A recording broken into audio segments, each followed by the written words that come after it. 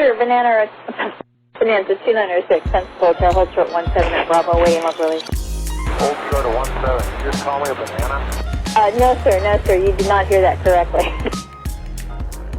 I heard it.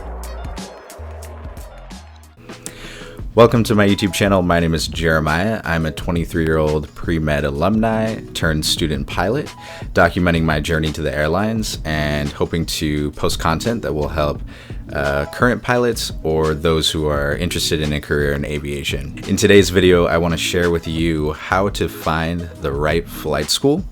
I've seen a lot of different content put out there. It's a little bit hard to understand. I want to make this really clear, concise, straight to the point so that you know exactly how to at least find and research a flight school for becoming an airline pilot. Disclaimer here, this video is intended for those who want to find flight schools that will help them become an airline pilot.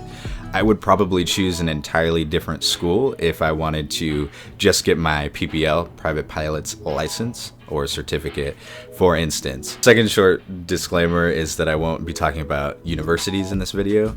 I will make a separate video about that and my opinions on going to college to do flight training and get all your ratings to become an airline pilot. Okay, so let's jump straight into this video. How do you find the right flight school to become an airline pilot?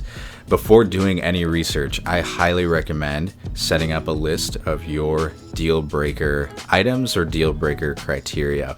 And basically what that's going to do is it's going to refine your search quite a bit to maybe 5 potential school options, and it's just going to make it a lot easier for you to find a flight school. Here are the top 3 things that I would consider to be deal breakers. However, these might be different depending on your circumstance. So you might adopt these deal breakers, but you can certainly tailor this to your needs and make your deal breakers accordingly. The first deal breaker criteria that I would recommend adding to your list is the price of the flight school. So the average I've seen is about $85,000, which I think is reasonable. And a price that I personally wasn't willing to pay was about $100,000, which I've seen other programs be. And the training isn't necessarily better than a school that's $85,000. I've also seen a school that's $65,000 to get your PPL and all your ratings and was still an excellent school. So they're definitely out there.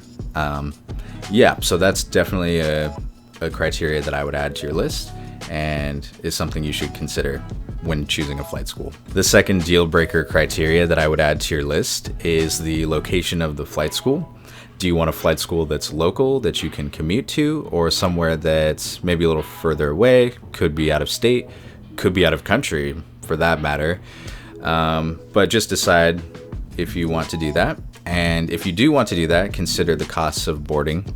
So what I did is I went to a school that was local because my rent was already low and it would have cost me, quite a bit extra to do their boarding situation. So consider the location of the flight school that you want to go to. The third deal breaker criteria that I would highly consider adding to your list is deciding whether you want a full-time compressed program or a part-time program.